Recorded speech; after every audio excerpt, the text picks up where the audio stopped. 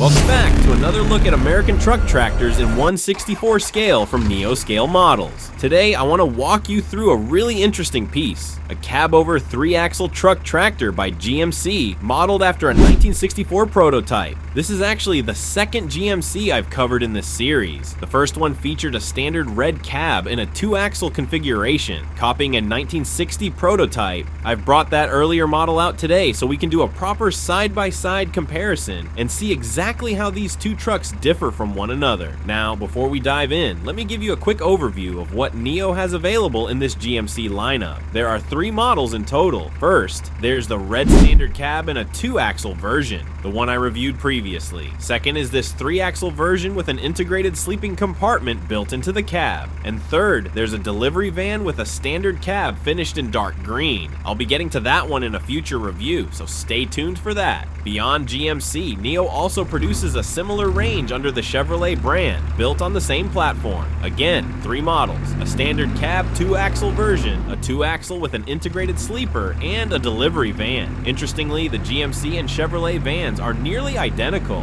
The main differences come down to the front fascia detailing and the paint color. These vans are also the only models in Neo's 1/64 truck series that aren't actually truck tractors, which makes them a bit of a curiosity in the lineup. On a personal note, I collect across multiple scales. My main passion is 143 scale, but I also have models in 124, 118, and 150. The 150 scale is where most of my construction equipment lives. The 164 scale is more of a side collection, but it's one I genuinely enjoy. Now let's get into the review, starting with the packaging. What you get here is a standard size box, the same format Neo uses for their passenger cars. To give you a sense of scale, if you put it next to the box from a Ford CLT 9000, the GMC box is noticeably smaller, roughly 1.5 times lower. That makes sense because the truck itself is quite compact. The box follows Neo's familiar design language, blue cardboard with the Neo scale model's logo. On the underside, you'll find the key details: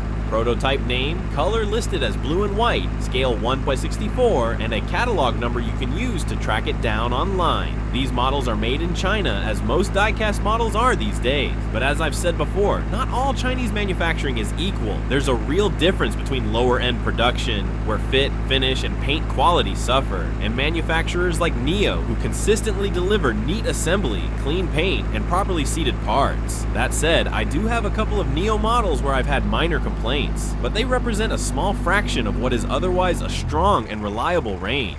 Let's set aside the clear cover and take a proper look at the model itself. The paint scheme is genuinely appealing. Understated, not flashy. Personally, I prefer that. Some manufacturers, like IXO models, have been releasing American truck tractors in very loud, vivid colors recently. I'm holding off on those until they offer something in calmer tones. When they do, I'll certainly pick some up and do detailed reviews. The cab is well executed. It's cast in epoxy resin, which gives it a solid quality feel. The frame is metal, and the additional parts are a mix of epoxy and plastic depending on the component. The wheels are a highlight. Nicely detailed rims with open holes, finished in white and fitted with rubber tires. The tires themselves are clean, though they lack side markings. Given how small this scale is, legible sidewall text would be nearly impossible anyway. I haven't found any Maestro models tire options that fit this scale, so the model stays as is. And honestly, even if I could source the right Maestro tires, the cost of reshoeing a whole fleet adds up quickly. The interior has been given proper attention. The seats are painted dark gray, the steering wheel is white, and there are various controls visible inside the cab. The decals are crisp and applied neatly. Importantly, they're sealed under varnish, which protects them nicely. Door handles are separate cast pieces, and the side mirrors are painted in silver.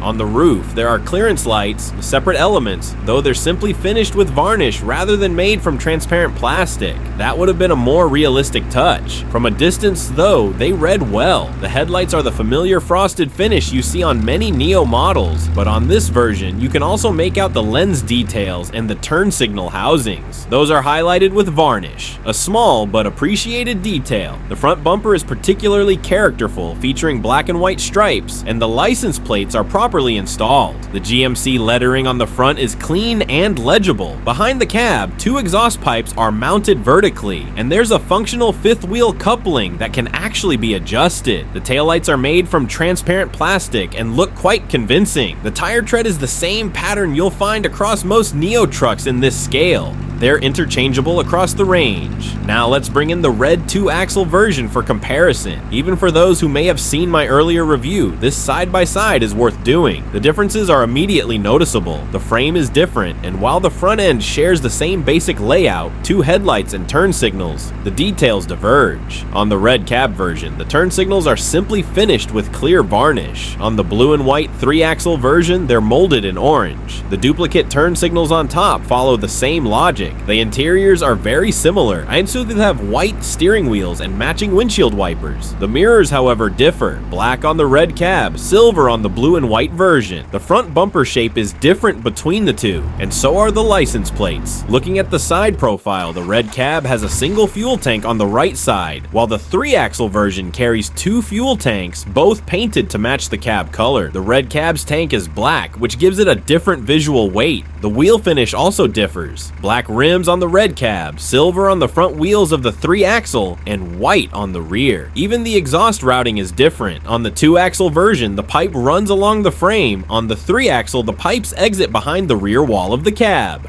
One thing that came up in comments on previous videos is the absence of exhaust stacks. The vertical chrome pipes you associate with classic American trucks. They are present on some Neo models, but not all. It's a bit of an inconsistency, especially when you consider that even manufacturers working in more budget-friendly price points manage to include them. It would be great to see Neo standardize this detail across the range. Both trucks also feature cab-mounted horns on the driver's side, finished in silver paint. It's a small thing, but it adds a layer of authenticity. Overall, these are genuinely solid additions to any 164 American truck collection. If that's your focus, you won't be disappointed. Interestingly, I haven't come across either of these GMC cabover designs in 1/43 scale. Perhaps a manufacturer like IXO will tackle them eventually. They've been building out their American lineup aggressively and have effectively become the dominant name in that segment. Neo did produce around 10 trucks in 1/43 scale at one point, and I covered those as well, but that series quietly faded. Their current output seems focused on 164, and new releases have been hard to spot lately. These models do surface at auction from time to time at varying prices, so if you're hunting for them, keep an eye on the secondary market. That wraps up today's comparison. 2 great little trucks, each with their own character, and a reminder that even within the same model family, the details really do make a difference.